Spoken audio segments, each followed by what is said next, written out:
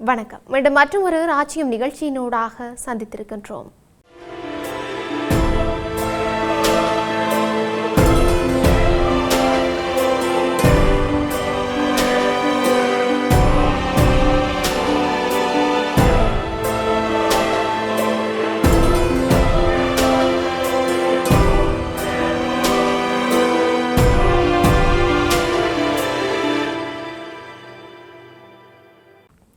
Ukraine மீதான போரை முடிவுக்கு கொண்டு வருவதற்கான மற்றொரு பேச்சுவார்த்தை ஜெனீவாவில் ஆரம்பமாக இருந்த சூழலில் கடும் வான்வழி தாக்குதல்களை ரஷ்யா நேற்று முன்தினம் இரவு மேற்கொண்டதாக உக்ரைன் ஜனாதிபதி வோலோடிமிர் ஜெலன்ஸ்கி தெரிவித்திருக்கின்றார். இந்த தாக்குதலின் நிமித்தம் 420 ஆளில்லா விமானங்களும் 11 பாலிஸ்டிக் ஏவுகணைகள் உட்பட 39 ஏவுகணைகளும் பயன்படுத்தப்பட்டதாகவும் அவர் குறிப்பிட்டும் இருக்கின்றார். உக்ரைன், ரஷ்யா மற்றும் அமெரிக்க பிரதிநிதிகள் பங்கு பெற்றும் மற்றொரு பேச்சுவார்த்தை நேற்று ஜெனீவாவில் ஆரம்பமாக இருந்த வேளையில் இந்த தாக்குதல் இடம்பெற்றும் இருக்கின்றது. தாக்குதல் குறித்து ஜெலன்ஸ்கி மேலும் கூறுகையில், உக்ரைனின் 8 பிராந்தியங்களில் உள்ள முக்கியமான உட்கட்டமைப்பு மற்றும் குடியிருப்பு பகுதிகள் இலக்கு வைத்து நேற்று முன்தினம் இரவு தாக்குதல் நடத்தப்பட்டது. குறிப்பாக பொல்டாவா பகுதியில் எரிவாயு உட்கட்டமைப்பும், கீவ் மற்றும் டினிப்ரோ பெட்ரோவ்ஸ்க் பகுதியில் உள்ள மின் துணை நிலையங்களும் தாக்குதலில் இலக்கு வைக்கப்பட்டும் இருந்தன.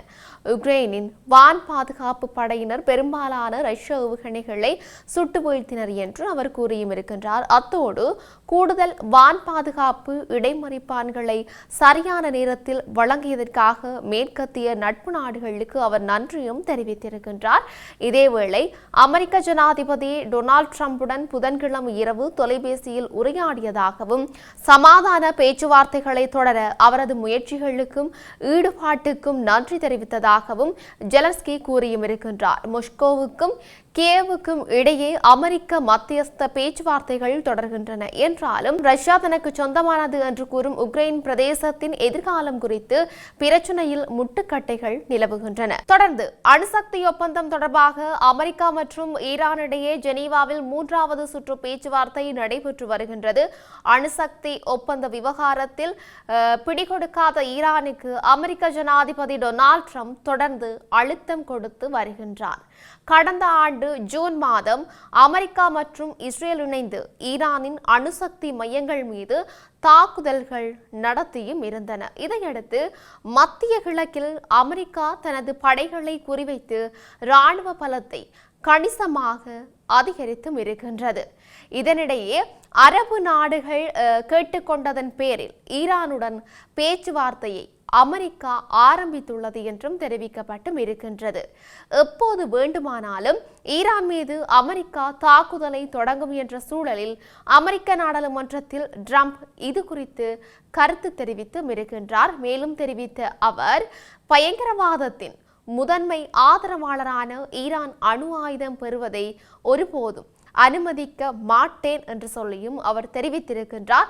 அடுத்த 10 முதல் 15 நாட்களுக்குள் ஒப்பந்தம் எட்டப்படாவிட்டால் மோசமான விளைவுகளை சந்திக்க நேரிடும் என்று சொல்லியும் அவர் தெரிவித்தும் இருக்கின்றார். இந்த நிலையில் அணுசக்தி ஒப்பந்தம் தொடர்பாக அமெரிக்கா மற்றும் ஈரானிடையே இன்று ஜெனீவாவில் 3வது சுற்று பேச்சுவார்த்தை நடக்க இருக்கின்றது. இதில் அமெரிக்க தரப்பில் சிறப்பு தூதர் ஸ்டீவ் விட்காஃப் மற்றும் ட்ரம்பின் மருமகன் ஆகியோரும் மற்றும் அமைச்சர் அப்பாஸ் அரக்சி தலைமையிலான குழுவினரும் பங்கேற்கின்றனர். ஓமன் வெளியுறவு அமைச்சர் பத்ர் அல்புசைதி இந்த பேச்சுவார்த்தையை ஒருங்கிணைத்தும் இருக்கின்றார். ஈரானின் பொருளாதாரம் ஏற்கனவே கடும் வீழ்ச்சியை சந்தித்திருக்கிறதுடன் உள்நாட்டிலும் போராட்டங்கள் வெடித்திருக்கின்றன. இப்படிப்பட்ட சூழலில் இன்று நடக்கும் பேச்சுவார்த்தையின் முடிவு போரை தவிர்க்குமா அல்லது நேரடி மோதலுக்கு வழிவகுக்குமா என்பதை உலக நாடுகள் உன்னிப்பாக கவனித்து வருகின்றமையும் இங்கு குறிப்பிடத்தக்க ஒரு விடயமாக இருக்கின்றது. இவை எப்படி இருக்க, பாகிஸ்தான் மற்றும் ஆப்கானிஸ்தானின் தாலிபான் அரசாங்கத்திற்கும் இடையே நேரடி போர் மூண்டுள்ளதாக பாகிஸ்தான் பாதுகாப்பு அமைச்சர் கவாஜா ஆசிப் அறிவித்திருக்கின்றார். எல்லை பகுதிகளில் இரு நாடுகளுக்கும் இடையே பல வாரங்களாக நிலவி வந்த பதற்றம் தற்போது முழு அளவிலான இராணுவ மோதலாக உருவெடுத்திருக்கின்றது. எல்லை பகுதியில் ஆப்கானிஸ்தான் மேற்கொண்ட தாக்குதலை தொடர்ந்து பதிலடியாக இந்த தாக்குதல் மேற்கொள்ளப்பட்டிருக்கிறதாக பாகிஸ்தான் தரப்பு தெரிவித்தும் இருக்கின்றது. ஆப்கானிஸ்தான் தலைநகர் காபூல் உட்பட கந்தஹார் மற்றும் பாக்டியா ஆகிய நகரங்கள் மீது பாகிஸ்தான் போர் விமானங்கள் குண்டுவீச்சு நடத்தியுள்ளதாக ஆப்கானிஸ்தானின் முன்னாள் ஜனாதிபதி ஹமித் ஹர்சாய் தெரிவித்திருக்கின்றார். உள்ளூர் நேரப்படி அதிகாலை 1:50 மணியளவில் காபூலில் பல வெடிப்பு சத்தங்கள் கேட்டதாக உறுதிப்படுத்தப்படாத தகவல்கள் தெரிவித்தும் இருக்கின்றன. புனித ரமலான் மாதத்தில் மேற்கொள்ளப்பட்ட இந்த தாக்குதல்களில் பெண்கள் மற்றும் குழந்தைகள் உட்பட பல பொதுமக்கள் உயிரிழந்துள்ளதாக இந்தியா கவலை வெளியிட்டிருக்கின்றது.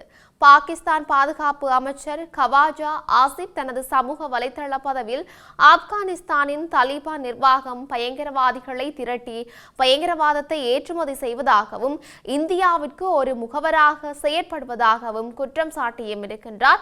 இப்போது நமக்கும் உங்களுக்கும் இடையே நேரடி போர் மூண்டுள்ளது.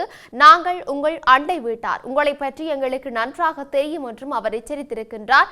பாகிஸ்தானின் வான் தாக்குதல்களுக்கு பதிலடியாக டியூரன் எல்லைக்கோடு முழுவதிலும் பாகிஸ்தான் ராணுவத்திற்கு எதிராக தாம் பாரிய அளவிலான தாக்குதல் நடவடிக்கைகளை முன்னெடுத்து வருவதாக தலிபான் அரசாங்க பேச்சாளர் சபியுல்லா முஜாஹித் தெரிவித்தும் இருக்கின்றார்.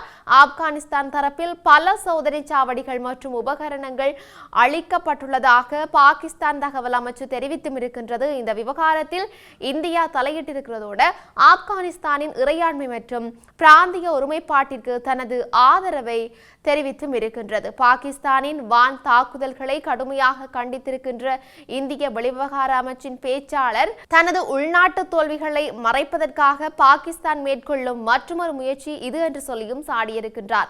எல்லை தாண்டிய இந்த மோதல்கள் குறித்து ஐக்கிய நாடுகள் சபையின் பொதுச் செயலாளர் அந்தோனியோ குட்டரஸ் ஆழ்ந்த கவலை வெளியிட்டும் இருக்கின்றார். இரு நாடுகளும் சர்வதேச சட்டங்களுக்கு உட்பட்டு நடக்க வேண்டும் என்றும் மோதல்களின் போது பொதுமக்களின் பாதுகாப்பிற்கு முன்னுரிமை அளிக்க வேண்டும் என்றும் அவர் வலியுறுத்தியும் இருக்கின்றார். இதற்கிடையில் நாட்டின் பாதுகாப்பு மற்றும் இறையாண்மையை பாதுகாக்க பாகிஸ்தான் ஆயுதப்படைகள் முழு தயார் நிலையில் உள்ளதாக பிரதமர் ஷேக்பாஸ் ஷெரீப் உறுதிபட தெரிவித்திருக்கின்றார். தொடர்ச்சியாக கனடாவிற்கும் தென்கொரியாவிற்கும் இடையே புதிய பாதுகாப்பு ஒப்பந்தம் ஒன்று கையெழுத்திடப்பட்டிருக்கின்றது. பெரும் சக்திகளின் பொருளாதார அழுத்தங்களை எதிர்கொள்ள நடுத்தர சக்திகள் ஒன்றிணைய வேண்டும் என்று கடந்த மாதம் பிரதமர் மார்க் கார்னி வலியுறுத்தியதற்கு பின்னர் இந்த ஒப்பந்தம் முக்கிய முன்னேற்றமாக பார்க்கப்படுகின்றது. புதன்கிழமை கையெழுத்திடப்பட்ட இந்த உடன்படிக்கை இரு நாடுகளுக்கிடையே ரகசிய ராணுவ மற்றும் பாதுகாப்பு தகவல்களின் பரிமாற்றம் மற்றும் பாதுகாப்பை உறுதி செய்யும் சட்ட அடிப்படையை உருவாக்குகின்றது. இரு நாடுகளுக்கு முக்கியமான முன்னேற்றம் என்று பாதுகாப்பு அமைச்சர் டேவிட் மெக்யூனிட்டி என்று தெரிவித்தும் இருக்கின்றார். உலகளாவிய பாதுகாப்பு உறவுகளை வலுப்படுத்துவது அவசியம் என்று சொல்லியும் அவர் தெரிவித்தும் இருக்கின்றார். வெளிவிவகார அமைச்சர் அனிதா ஆனந்த், தென்கொரிய பாதுகாப்பு அமைச்சர் அகன் கியூபெக் மற்றும் வெளிவிவகார அமைச்சர் ஆகியோர்களுடன் சந்தித்து தற்போதைய புவிசார் அரசியல் சூழ்நிலையை பிரதிபலிக்கும் வகையில் இருதரப்பு மூலோபாய கூட்டாண்மையை மேம்படுத்த ஒப்புக்கொண்டனர். இரு நாடுகளின் ஆயுத படைகளுக்கு இடையிலான ஒத்துழைப்பை வலுப்படுத்தும் சட்ட அமைப்பை உருவாக்கும் பாதுகாப்பு ஒத்துழைப்பு ஒப்பந்தம் குறித்த பேச்சுவார்த்தைகளையும் தொடங்க முடிவு செய்யப்பட்டிருக்கின்றது. தென்கொரிய பாதுகாப்பு மற்றும் பொருளாதாரம் ஒன்றுடன் ஒன்று தொடர்புடையவை என்பதால் இரு நாடுகளும் வர்த்தக மற்றும் முதலீட்டிலும் இணைந்து செயல்பட வேண்டும் என்று சொல்லியும் தெரிவித்தது. இந்தோ பசிபிக் மற்றும் ஆர்டிக் பகுதிகளில் அமைதி மற்றும் நிலைத்தன்மையை மேம்படுத்த இணைந்து செயல்பட இரு நாடுகளும் உறுதியளித்தன. இப்படி இருக்க உலகளவிய ரீதியில் இனிமேல் நடக்க போன்றது என்று நாங்களும் பொறுத்திருந்து பார்க்கலாம்.